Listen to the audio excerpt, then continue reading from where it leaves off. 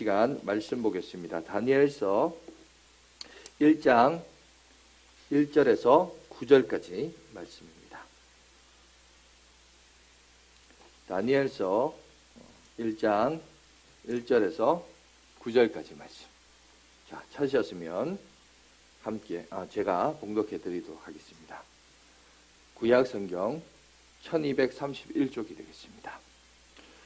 1절입니다. 유다 왕 여호야김 다스린 지 3년이 되는 해에 바벨론 왕 느부갓네살이 예루살렘에 이르러 성에 에워쌌더니 주께서 유다 왕 여호야김과 하나님의 전 그릇 얼마를 그의 손에 넘기심에 그가 그것을 가지고 시날 땅 자기 신들의 신전에 다가가 그 신들의 보물 창고에 두었더라. 왕이 환관장 아스브나스에게 말하여 이스라엘 자손 중에 왕족과 귀족 몇 사람 곧 흠이 없고 용모가 아름다우며 모든 지혜를 통찰하며 지식에 통달하며 학문에 익숙하여 왕궁에 설 만한 소년을 데려오게 하였고 그들에게 갈대아 사람의 학문과 언어를 가르치게 하였고 또 왕이 지정하여 그들에게 왕의 음식과 그가 마시는 포도주에서 날마다 쓸 것을 주어 3년을 기르게 하였으니 그 후에 그들은 왕 앞에 서게 될 것이더라.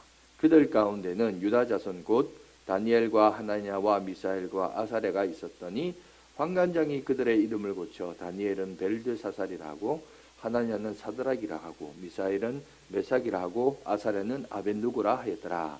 다니엘은 뜻을 정하여 왕의 음식과 그가 마시는 포도주로 자기를 더럽히지 아니하리라 하고 자기를 더럽히지 아니하도록 환관장에게 구하니 하나님이 다니엘로 하여금 환관장에게 은혜와 긍휼을 얻게 하신지라.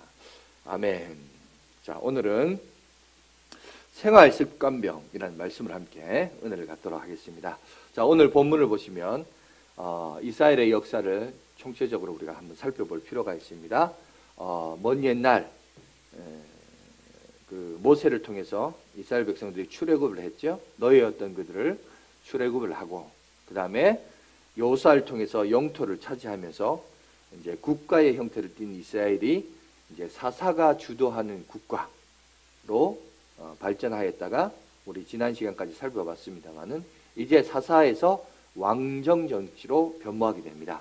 그래서 1대, 2대, 3대까지는 통일 국가로서는 또 분열이 되어서 그래서 북이스라엘과 남유다도 분열 국가로 이루어지게 되고 그리고 이제 북이스라엘은 기원전 722년에 멸망을 당하고 남유다는 586년에 바벨론에 의해서 멸망을 당합니다. 오늘 본문이 바로 그 586년이 되던 그 시대를 얘기하고 있습니다.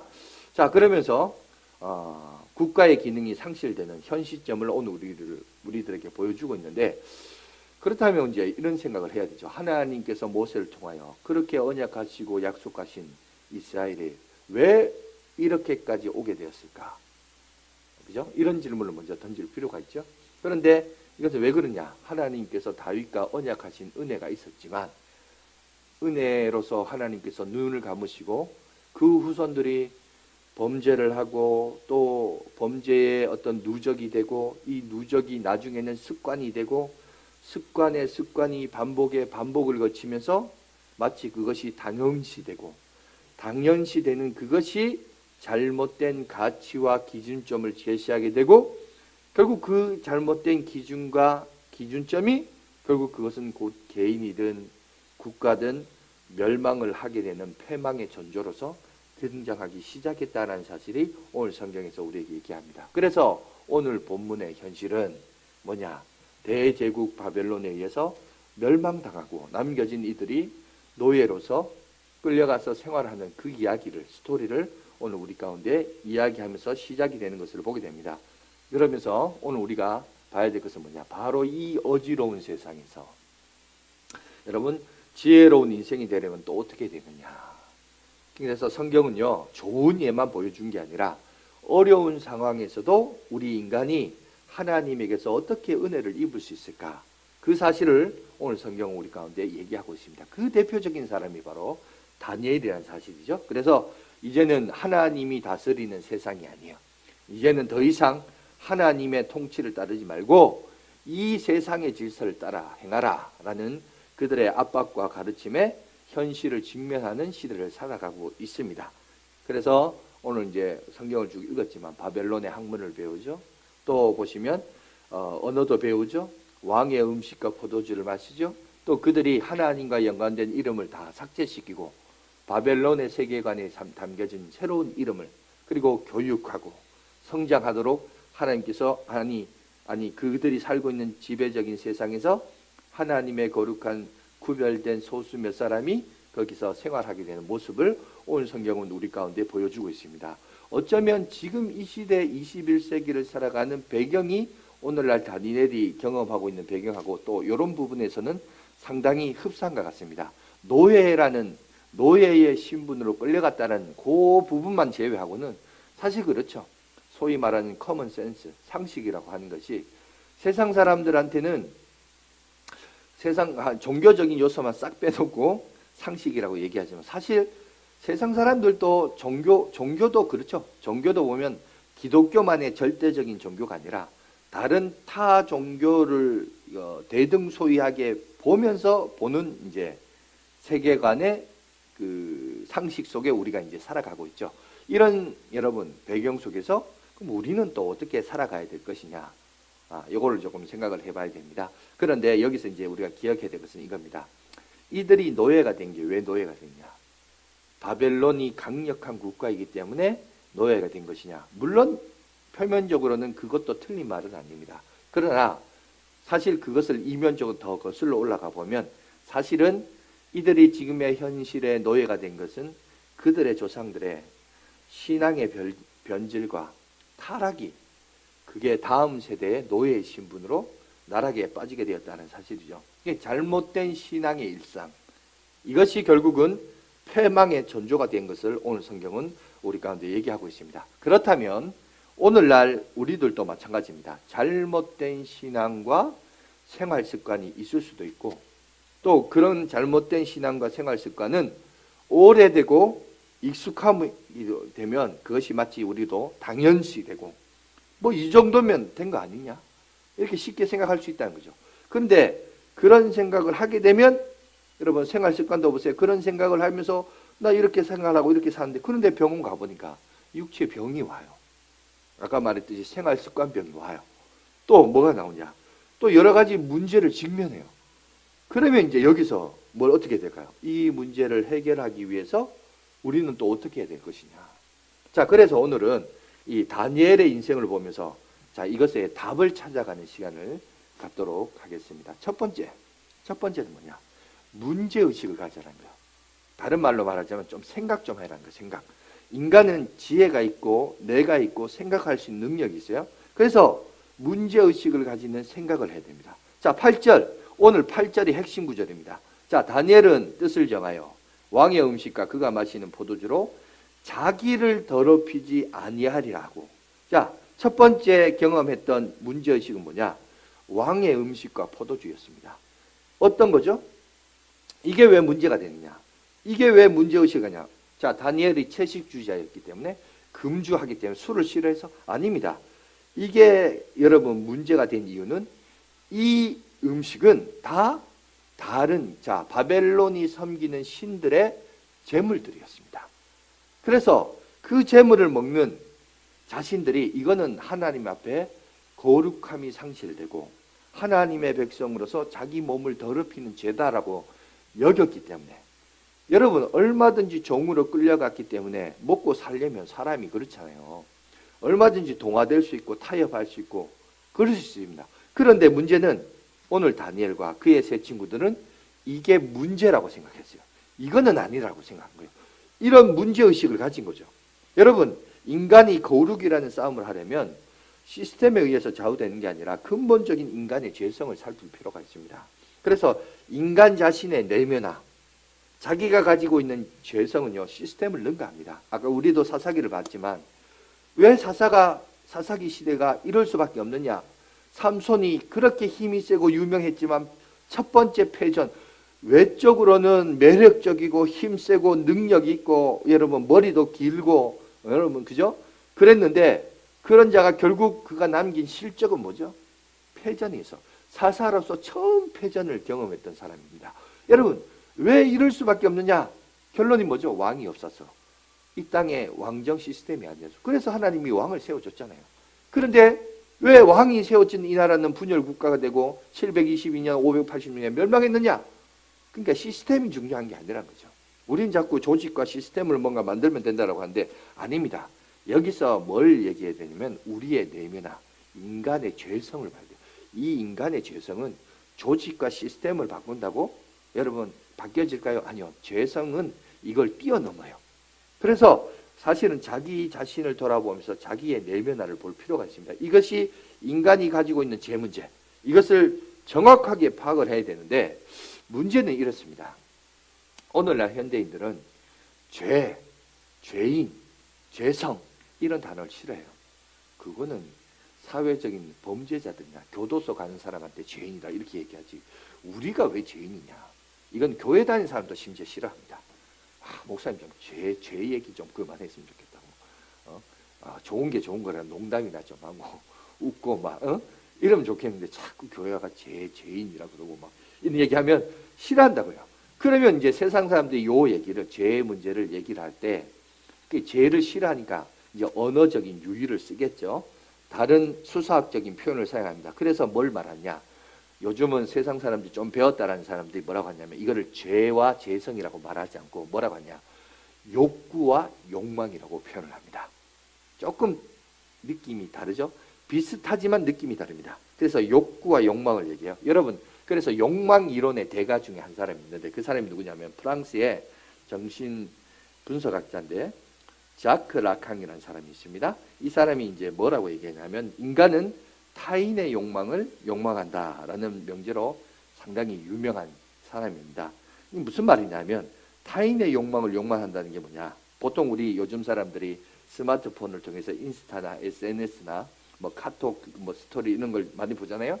그러면 내가 아는 지인이 무슨 가방 들고 다니냐, 무슨 차 몰고 다니냐, 어느 집에서 어떻게 사느냐. 여러분 그걸 보면서 나도 모르게 남들이 누리고 살아가는 그 모습 속에서 여러분 나도 그렇게 살아가기를 바라는 그 욕망. 그러니까 그래서 쉽게 말해서 남이 좋게 보이니까 나도 좋아 보인다 이런 거죠.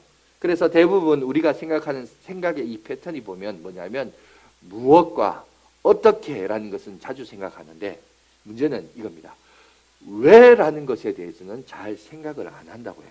그냥 뭔가 무조건 그냥 당연시되고 좋아 보이니까 그냥 따라가는 거예요. 그러니까 남들 그렇게 살아가고 있으니 나도 그 정도 그 수준에 살아야 된다라는 생각들이 강하다고 우리 주장하고 있습니다. 그래서 이 문제의식을 우리가 가지기 위해서 스스로 이제 우리가 자문을 해봐야 됩니다. 그럼 어떻게 되느냐? 자크 라칸은 뭐라고 했냐면 이렇게 합니다. 여러분 행복하십니까? 이렇게 질문해요. 그러면 두 대답이 나오겠죠. 네라는 대답이 나올 것이고 아니요라는 대답이 나올 겁니다. 그러면 이제 2차적인 질문이 있어요. 뭐냐? 왜 행복하고 왜 불행하십니까? 라고 질문을 해보라는 거예요. 그러면 여러분들도 스스로 한번 자문해 보세요. 나는 행복한 사람이냐? 그러면 왜 행복합니까? 여러분 또 왜 불행합니까? 근데 그 왜라는 질문을 던지다 보면 거의 대부분 타자의 욕망을 욕망하는 대답들이 대부분이라는 거예요. 그러면서 다시금 내가 온전히 추구하고 원하는 자아, 나를 찾아가는 이런 모습이 필요하다라고 얘기합니다. 그래서 그저 아무 생각 없고 그저 남들이 인정받는 인정 욕구에 또 권력 욕구에 그렇게 쫓아 살아가다 보면 그 사람은 나중에 새 속의 개가 된다. 좀 극단적인 표현입니다만은 그렇게 얘기를 해요. 그러면서 뭐냐 하면 첫 번째 우리가 기억해야 됩니다. 나를 변화시키려면 첫 번째 뭘 해야 하냐? 문제의식을 가져야 됩니다. 왜라는 질문을 던지라는 거예요. 왜? 그러니까 어떻게 뭐 이걸 던지지 말고 왜라는 질문. 그래서 우리도 한번 던져봅시다. 여러분 왜 교회에 옵니까? 그죠? 왜 우리가 교회에 와서 예배를 드릴까요? 이 질문을 우리가 사실 던져야 됩니다. 우리 어제도 우리 노 회장님께서 설교하실 때 그런 얘기 했는데 왜 오냐? 여러분 연휴 때 골프 치고 캠핑 가고 얼마든지 요새 즐기는 사람들 많은데 그죠? 왜 여기 이 시간에 와서 예배를 드리느냐? 이 질문을 우리가 사실 던질 필요가 있어요. 가장 근본적인 질문이지만 이 질문에서 우리가 답을 찾아야 돼요. 그렇지 않으면 여러분 남의 욕구와 욕망에 나 자신도 모르게 끌려갑니다. 끌려가면서 나도 모르게 변질되는 거죠. 그래서 첫 번째 솔루션은 뭐냐? 근본적인 질문을 하면서 문제의식을 가지면서 그러면서 먼저 그것을 찾는 것이 갖는 것이 중요하다는 사실이에요. 두 번째는 뭐냐? 결단을 하라는 겁니다. 문제의식을 생각하는 차원에서 머물지 말고 이것을 구체적으로 하나하나 실천할 것을 계획을 세워야 됩니다. 여러분 다시 8절을 보세요. 다니엘은 뜻을 정하여 이렇게 얘기하고 있죠. 그죠? 뜻을 정했다. 여러분 다니엘은 왕의 음식과 포도주로 인해서 자신이 더럽힐 수 있다라는 문제의식을 통해서 무엇을 했냐? 뜻을 정했습니다. 뜻을. 다시 말해서 결단했다는 거예요. 변화의 출발은 바로 생각과 결단에서부터 여러분 시작이 됩니다. 사람들은 대개 복을 어떻게 생각하냐면 내가 누리는 것을 복이라고 생각해요. 아닙니다. 성경에서 우리에게 가르쳐 주시는 복의 개념을 보면 누리는 것도 있어요. 있지만 누림이 다 전부 다 아니에요. 반대로 의외로 보면 성령의 9가지 열매 중에로 보시면 뭐가 있냐면 절제도 있습니다. 절제. 여러분 갈라디아서 5장 22절과 23절을 보면 이렇게 되어 있습니다. 보세요. 오직 성령의 열매는 사랑과 희락과 화평과 오래 참과 자비와 양성과 충성과 온유와 절제니. 그죠? 이 같은 것을 금지할 법이 없느니라. 보통 우리는 그렇습니다. 사랑, 희락, 화평 이런 것들을 누리는 걸 좋아해요. 아, 나 성령의 열매 그러면 사랑받고 싶고 기뻐하고 싶고 평화롭고 이런 것들 좋아합니다. 하지만 여러분 성령의 열매는 오래 참음도 있고요. 절제도 있어요. 절제 그러니까 영어로 보세요. 셀프 컨트롤. 스스로 내가 이걸 조절할 수 있어야 된다는 거예요. 그런데 이런 걸 불편해해요. 하기 싫어합니다. 그런데 여러분 우리가 인생을 살아가 보세요. 참아야 할 때가 얼마나 많아요. 우리가 절제해야 될 때가 얼마나 많습니까? 절제가 왜 은혜냐면 여러분 보세요. 우리의 시간은 제한적입니다. 많은 사람들이 공통분모로 말하는 게 뭐냐? 시간은 짧다라고 얘기해요. 그죠? 시간이 가지는 여러 가지 특징이 있지 않습니까? 첫 번째는 짧고 너무나 빨리 지나가고 이게 저축이 안 돼요. 저축해서 다음에 내가 쓰고 싶을 때 쓰면 좋겠는데 안 돼요. 그렇다고 이걸 사거나 팔 수도 없습니다. 그죠? 그 다음에 가장 중요한 것은 누구에게나 공평합니다. 물질은 사람마다 차이가 있을 수 있는데 시간은 여러분 누구에게나 공평합니다. 그죠? 그래서 여러분 우리가 이 시간에 대해서 셀프 컨트롤, 절제가 필요해요. 그러려면 어떻게 되냐? 우선순위를 세워야 되죠. 우선순위를 통해서 불필요하거나 의미 없는 일에는 절제가 필요합니다. 여러분 쉼도 진짜 중요하죠. 쉼을 포기하라 이런 말이 아닙니다. 쉼도 왜 필요하냐? 더 좋은 일에 집중하기 위하여 우리가 쉬어야 되는 거예요. 그죠? 그런 부분에 있어서 우리가 지혜로운 것을 필요합니다. 그래서 더 이제 구체적으로 행동과 계획을 잡기 위해서 제가 이제 설교 주보에 있죠. 주보 설교 노트에도 적었는데 설교 노트 내용이 너무 빈약할 것 같아서 제가 오늘 아침에 또 하나 준비했습니다. 별지가 있죠. 우리 전에 우리 멘토링 할 때 이걸 여러분들과 함께 나눴는데 사실 이거 다시 한번 점검을 해봐야 됩니다. 여러분 보시면 첫 번째가 나오는 게 그리스도인의 주간 시간 사용 우선순위, 사용과 우선순위라고 했습니다. 여기 보시면 일주일의 삶을 여러분이 이렇게 한번 적어 보십시오. 근데 일주일의 삶을 적어 보라는 게 뭐냐 하면 내가 되고 싶은 나를 보는 게 아니라 실제 내가 살았던 거. 이건 누구에게 제출하는 게 아니니까 남 보여주는 게 아니니까 사실 정확하게 자기를 한번 체크를 해봐야 됩니다. 새벽기도 나오진 않으면서 새벽기도 한다. 뭐 이렇게 내가 새벽기도 되고 싶은 이런 게 그런 말 하는 게 아니라 진짜 일주일 나는 어떻게 사는가. 정말 솔직하게 한번 이렇게 적어볼 필요가 있습니다. 적어보고 나중에 이걸 보면서 이제 평가를 하는 거죠. 이 삶에서 내가 고쳐야 될 문제의식, 그죠? 고쳐야 될 것들이 뭔가. 이걸 이제 하나씩 찾아보면 됩니다. 뿐만 아니라 여기 뒤에도 보세요. 자, 보통 이제 이렇게 이제 표를 만들 수도 있고 쉽게 말해서 여러분 이렇게 A4 용지가 있으면 반을 접고 반대로 또 반을 접었다가 펴면 4등분 할 수 있죠. 4등분 하면 여러분 내가 일주일의 삶 가운데 급하고 중요했던 일이 뭔가, 급하지 않지만 중요한 일이 뭔가, 급하지만 중요하지 않는 일은 뭐냐, 급하지도 중요하지 않는 일. 여러분 이렇게 정리해 보면서 내 삶에 있어서 좀 정리해야 되고 집중해야 되고 필요 없는 것들은 절제해야 될 것들이 뭔가, 이런 것들을 여러분 하나하나 짚어가면서 여러분 구체적으로 나를 개혁시키고 변화시키고 만들어가는 훈련들이 필요합니다. 그래야 내가 바뀌어지죠. 그저 막연하게 목사님 좋은 얘기 하시네요. 은혜로 말씀하시 이렇게 하고 뛰어넘는 게 아니라 여러분들이 한 주간 오늘 들은 말씀을 좀 생각하시면서 구체적으로 정말 실천을 한번 해보시기 바랍니다.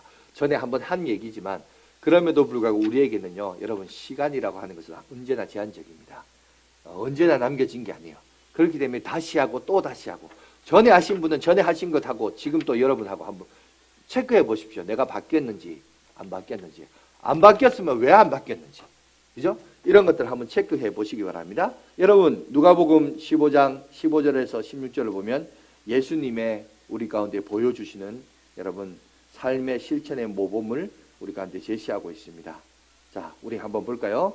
예수의 소문이 더욱 퍼짐에 수많은 무리가 말씀도 듣고 자기 병도 고침을 받고자 하여 모여 오되 예수는 물러가사 한적한 곳에서 기도하시니라. 여러분 지금 예수님이 어떤 상황이죠?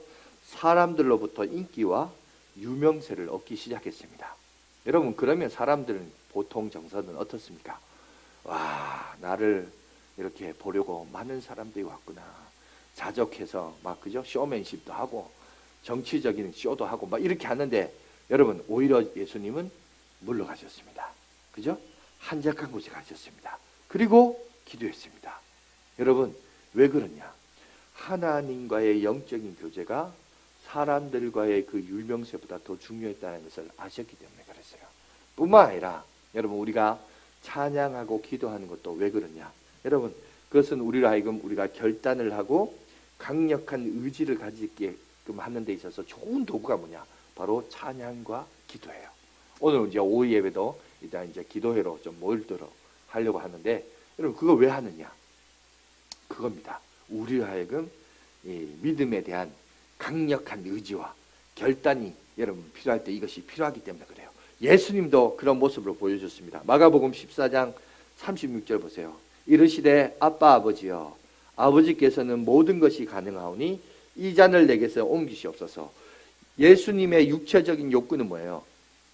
이 잔을 내게서 옮기기를 원했습니다. 그러나 여러분 보십시오. 그러나 나의 원대로 마옵시고 아버지의 원대로 하옵소서. 이렇게 얘기하고 있는 것을 보게 되죠. 여러분 결국 보십시오. 예수님이 십자가의 희생을 하시기까지 결단하는 용기도 어디서부터 왔습니까? 하나님과의 기도와 교제에서부터 이것이 나왔습니다. 오늘 이것을 예수님은 우리 가운데 모범적으로 보여주고 있습니다. 그러나 반대의 경우도 있죠. 예수 믿는다고 다 저렇게 하지 않습니다. 그죠? 인간적인 계산을 할 때가 있습니다. 뭐 그렇게 해서 뭐하게? 그죠? 그게 나에게 무슨 유익이 되느냐? 할 수 있지만 불편해서 하기 싫어하는 사람도 있습니다. 안 하고 싶어 합니다.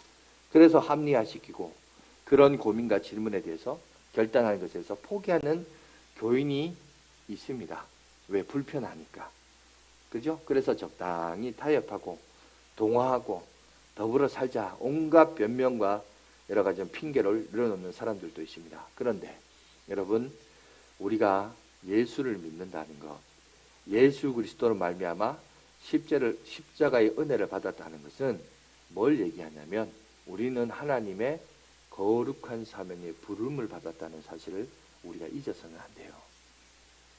이 사실을 잊어서는 안 돼요. 내가 왜 하나님으로부터 부르심을 받았느냐? 어제 우리 또 임직도 받았는데 내가 왜 하나님부터 임직을 받았느냐? 다른 거 아니에요. 이 일을 감당하라고 하나님께서 우리를 부르신 거예요. 엉뚱한 데 가서 에너지 소비하고 여러분 감정 낭비하지 마시고 진짜 우리가 집중해야 될 것에 집중할 수 있는 저와 여러분들이 되시길 간절히 바라겠습니다. 신앙생활은 막연하게 하는 게 아닙니다. 주여 잘 되게 해 주시옵소서. 그럼 하나님도 그래요? 그래 잘 되라. 막연하면 여러분 응답도 막연한 거예요. 하나님 우리에게 그렇게 얘기하잖아요. 오늘날 여러분 오늘 다니엘의 삶도 보세요. 얼마나 구체적이고 실천 가능한 겁니까? 자기가 노예로 끌려왔지만 노예의 신분에서 자기가 할 수 있는 것을 주장하잖아요. 대도 안 하게 거기 가서 독립을 주장하고 다시 한번 이스라엘의 독립을 위하여 이렇게 싸웠습니까? 아니죠. 노예로서면 노예로서 자기가 할 수 있는 일에 대해서 집중하면서 거룩한 구체적인 일들을 하나하나 짚어서 그 일을 합니다.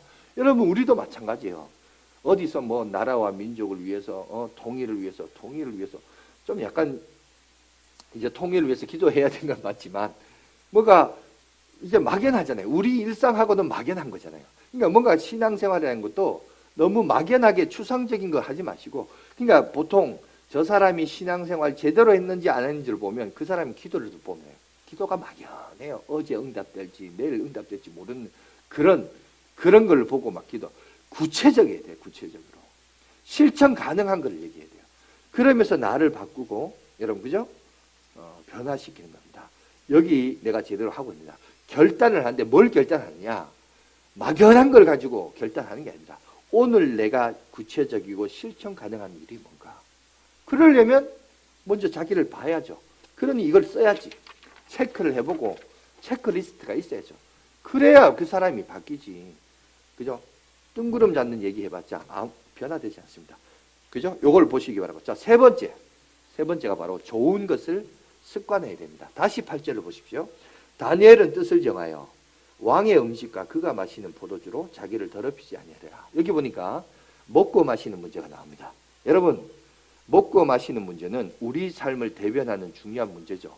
또 어떤 사람은 이게 그 사람의 인생의 궁극적인 목적입니다. 우리 흔히 그런 얘기 하죠. 야, 너 뭐 먹고 살래?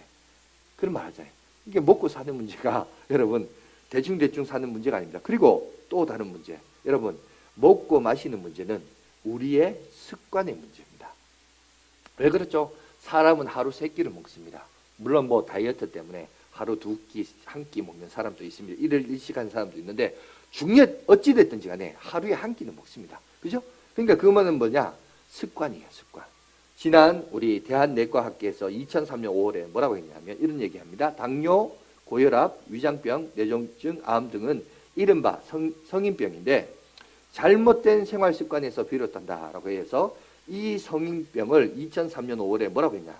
생활 습관병으로 변명해서 이렇게 오늘 우리에게 알려주고 있습니다. 다시 말해서 당뇨, 고혈압, 위장병, 뇌졸중, 암 이런 질병은 한 번 잘못했다고 생긴 병이 아니라는 거예요.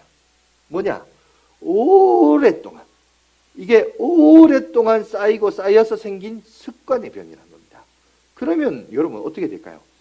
이거에 대해서 문제의식으로 이게 이런 병이 왔다? 그러면 이제 내가 생각해야죠. 내가 지금까지 내 삶의 방식이 잘못됐구나. 이걸 생각해야 되는데 괜찮다고. 괜찮다. 이렇게 생각하면 안 되죠. 뭔가가 내 삶에 있어서 뭐가 바뀌어야 되겠구나. 이런 문제의식을 가져야 됩니다. 이런 문제의식을 가져도 사실 안 바뀌어요. 왜? 그동안 내가 몇십 년간 그렇게 살아왔기 때문에 문제의식을 가지고 몇 번은 할 수 있습니다. 실천도 하고 막 운동도 하고 막 그죠? 뭐 먹는 양도 줄이고 하는데 근데 또 이렇게 시간 지나면 어느덧 나도 모르게 그 병리적 현상의 생활 방식을 어느덧 또 하고 있어요. 왜? 그게 익숙하거든. 그게 친밀하거든. 그게 뭐가 문제냐. 이렇게 근데 문제는 보세요. 그게 내 몸에 병이 오면 이제 문제의식을 가져야 되고 바뀌어야 되죠. 여러분 극단적인 예를 제가 하나 들어볼까요? 옛날에 그 중국에 아편전쟁이 있었죠. 그 아편전쟁이 있을 그 당시에 중국에서 한국의 홍삼이 엄청나게 인기가 많았다고 합니다. 왜 한국의 홍삼이 인기가 많냐?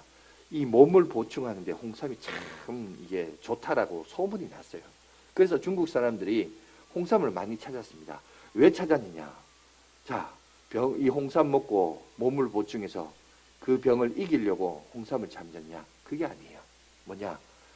홍삼 먹고 몸을 보충해서 아편도 하려고 홍삼을 먹은 거예요. 여러분, 그 모습을 이렇게 한번 보세요. 이게 얼마나 어리석은 사고고 방식입니까? 생각입니까? 그죠? 아편을 끊어야지. 병리적인 문제가 있으면 그 병리적인 현상을 끊고 홍삼을 먹고 몸을 보충해야지.